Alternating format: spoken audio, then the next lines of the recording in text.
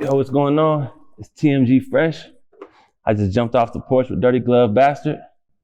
Check us out, man. Wishing this nigga ever would try.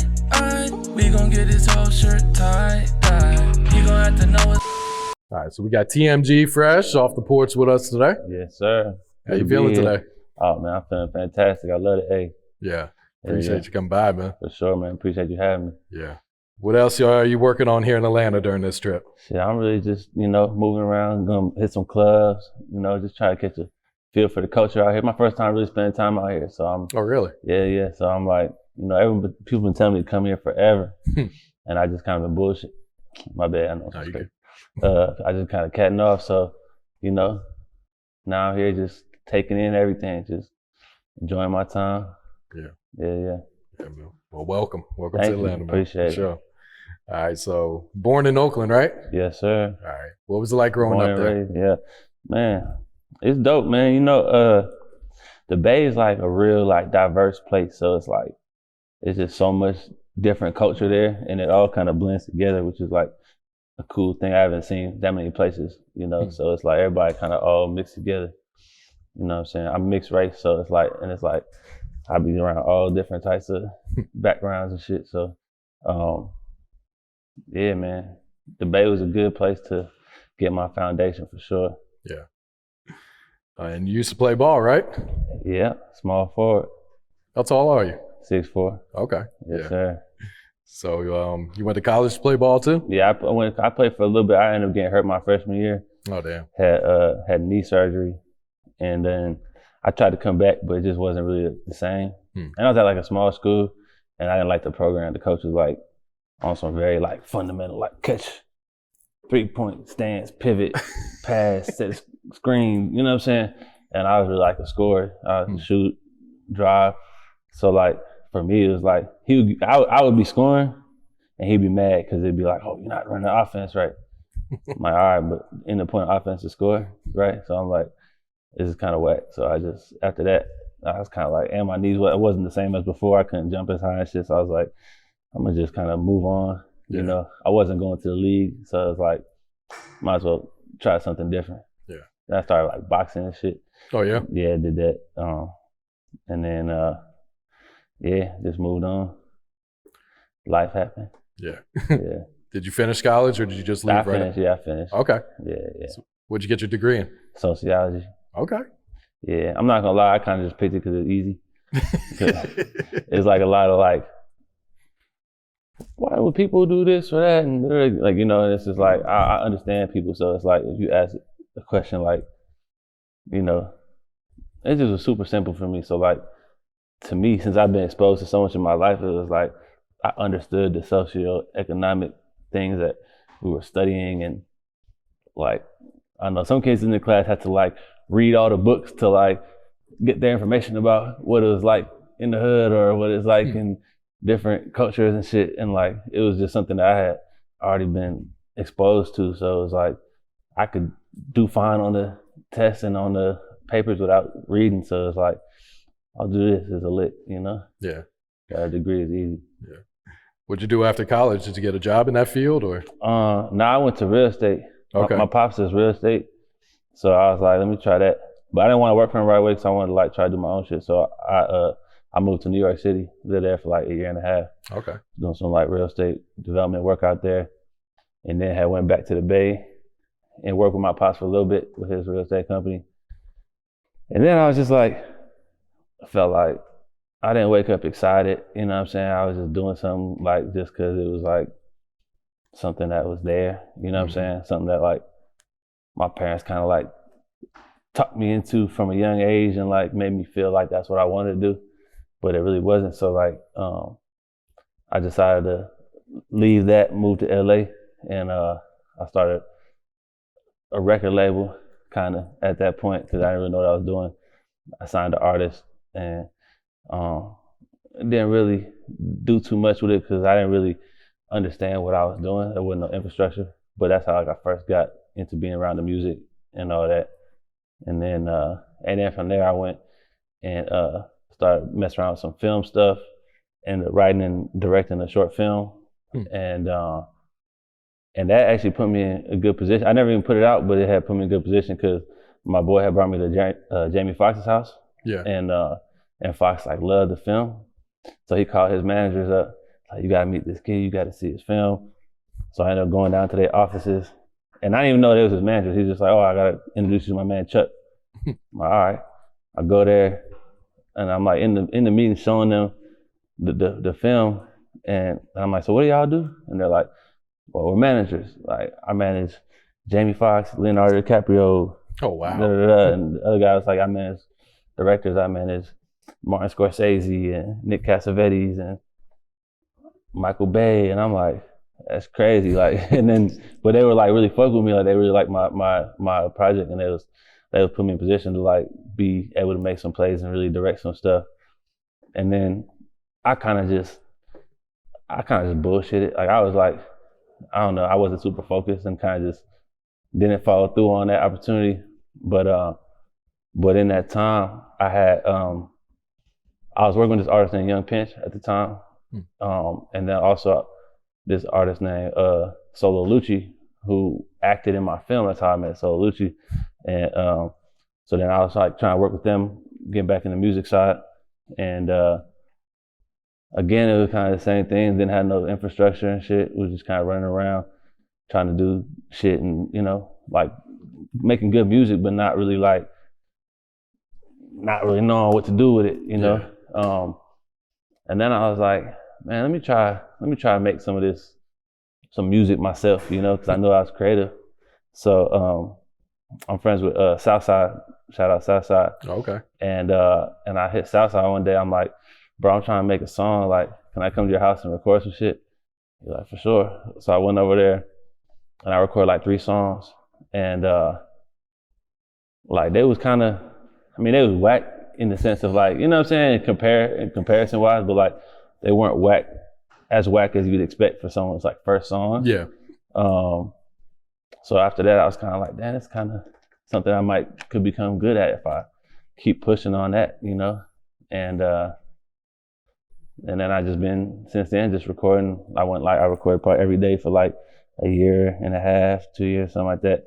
Was just in the studio every single night, just trying to get better. Yeah. And and then just kept pushing on that path.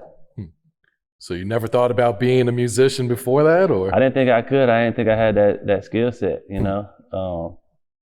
But I guess you got to try shit, you know. You never know what your limits are unless you try and push yourself, you know. So I knew I liked music and liked being around it and liked the idea of being in the music industry.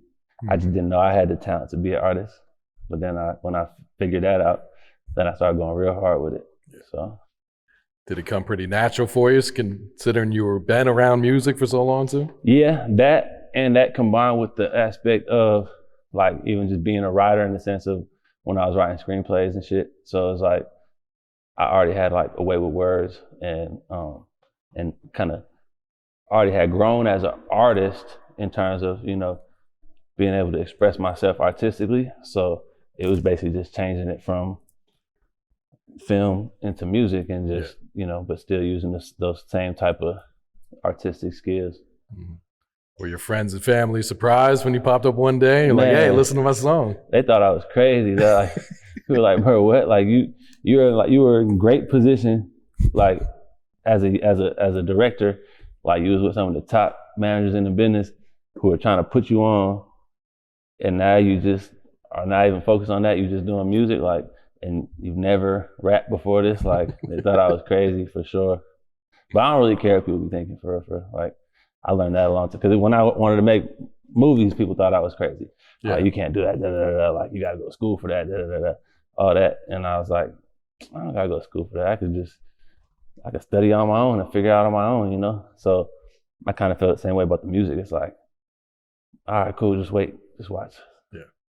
Did you start releasing your music right away, or did you kind of hold on to it for a second? Man, yeah, I did. And that's actually something I kind of regret, because I had, I'm not always the most patient person. So like when I was making music early on, I was like so excited to like put it out. Cause even like the first song I ever made at Southside House, like later that week we was in the club. It was like I want to say it was like BET weekend, something like that in LA. and we was at the club. We're like, yo, let's get them to play my song. And so we played my song in the club, and we were all turned up to it and shit. And it was like, it was a crazy feeling having like my own song playing in the club. So that kind of was like, that was such a high that I was like, I really was wanting to put shit out, you know?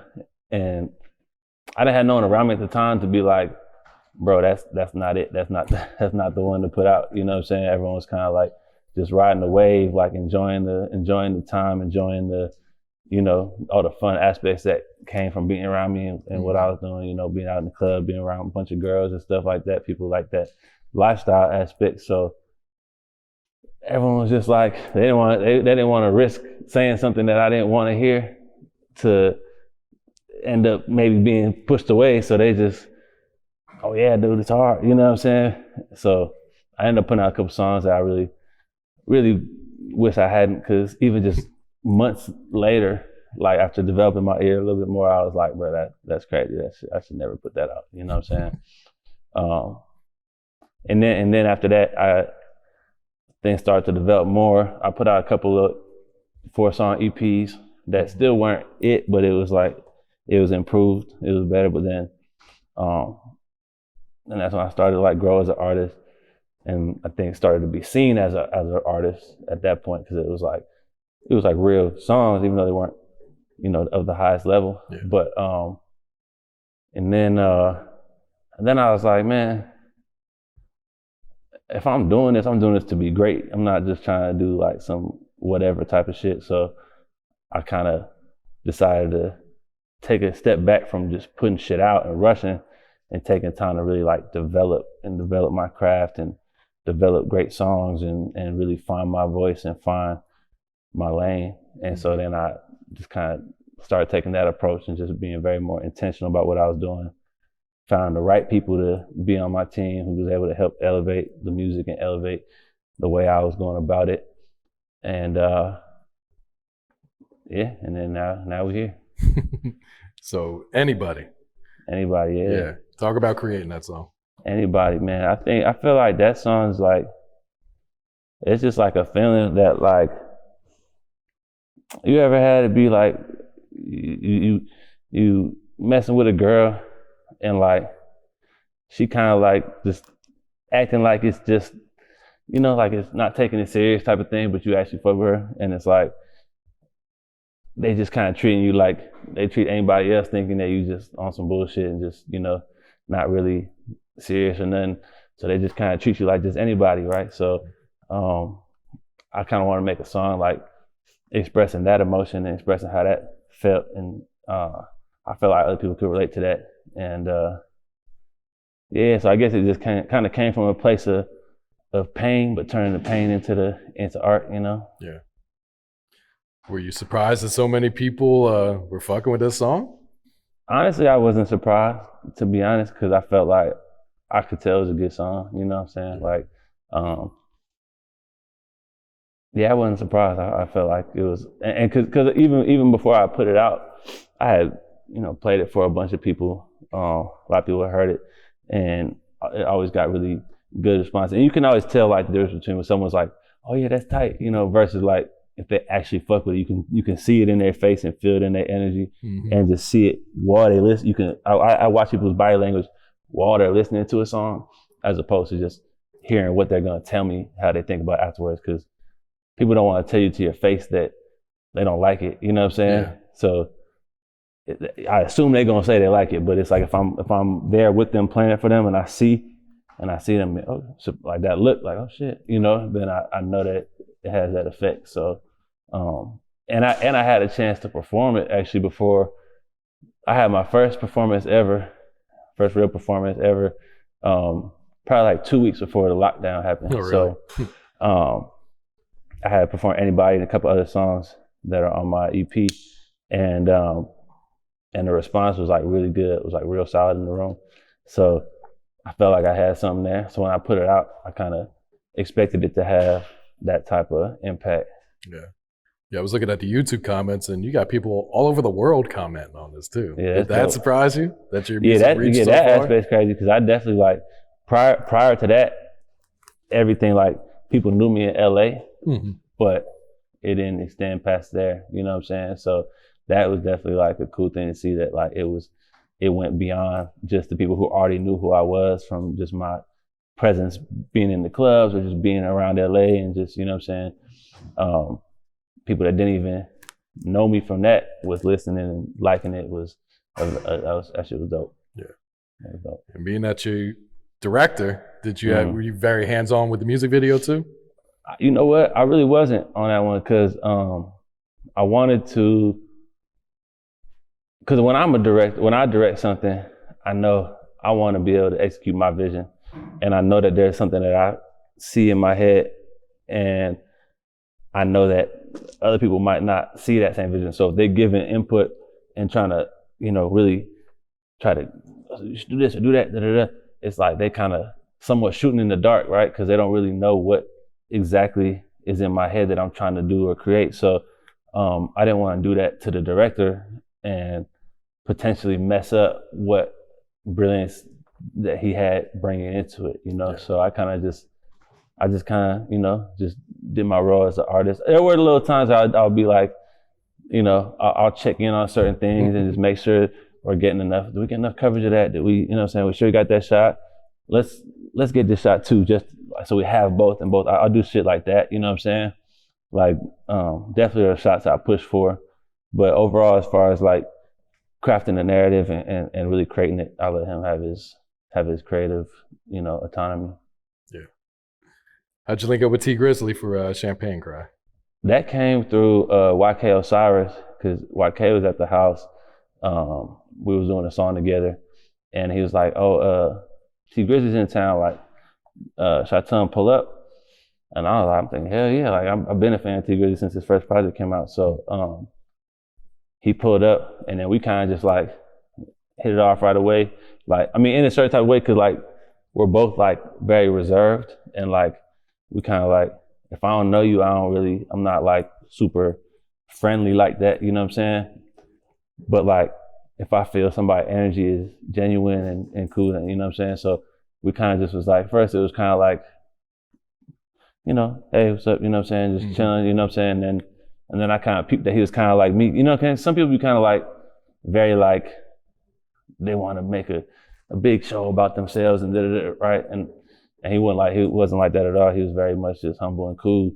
So then we just hit it off, and then we ended up doing like a couple songs together, and you know, became friends, and yeah, it just kind of just became a very like organic relationship. Yeah. And that song did very well too, over 1 million. Yeah. That one, I like that one a lot. Yeah. I like that song a lot. That's a dope one. So what's this new music sounding like that you're working on right now? Crazy.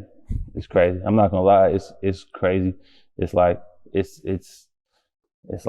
levels up. It's crazy. Cause like I feel like I'm still like in the space of like rapid improvement, since I'm still like pretty much very relatively new to it. Like I've been probably making music for like 3 years. So it's like the new shit is gonna be wild. Like I can't wait for the new shit to come out. For real. Are you working on a new project, or kind of just focus on the singles and videos? I'm always working on new shit. Okay. Yeah, I'm always working on new shit. I got a 8-song tape dropping like a little bit later this year. Okay. I got a single with Jeremiah dropping like right before that, right around that time. Yeah. And then man, we'll put that out so people have a body of work to fuck with and really, you know, come to me and become fans and really, you know, get to feel what I'm doing and not just have 1 or 2 songs to go off of, you know. And then coming in the new year, I want to just dropping shit. I'm just gonna just flood the shit, because I got a computer full of like hard ass songs. So I'm gonna just start dropping, and I record at a high rate. Like we probably record like at least 2-3 songs a week. You know what I'm saying? Okay. Like good ones. Like we're not just like shooting, like making a bunch of bullshit. Like I used to like record every night, and I'd make like a song a night, but it wouldn't be all on that level. Now it's like,